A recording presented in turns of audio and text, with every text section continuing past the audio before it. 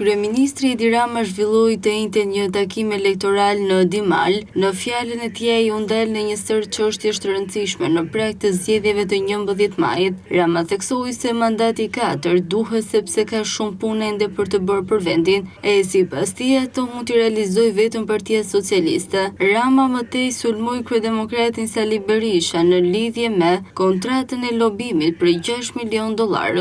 Do japim kaq, do japim aq, që dini mirë ju se si janë lekët e bufit.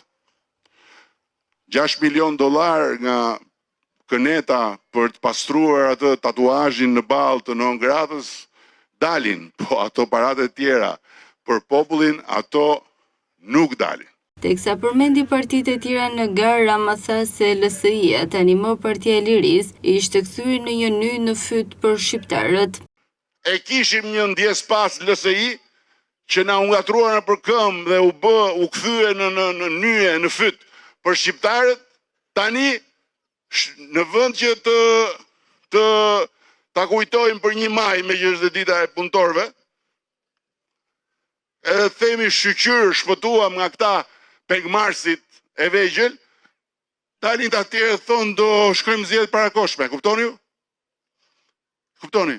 Të rinj, çfarë të rinj? Të rinj në mosh, po.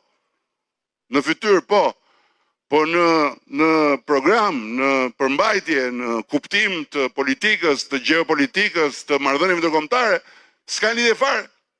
Që kur thonë, do shkojmë në zgjedhjet parakoshme.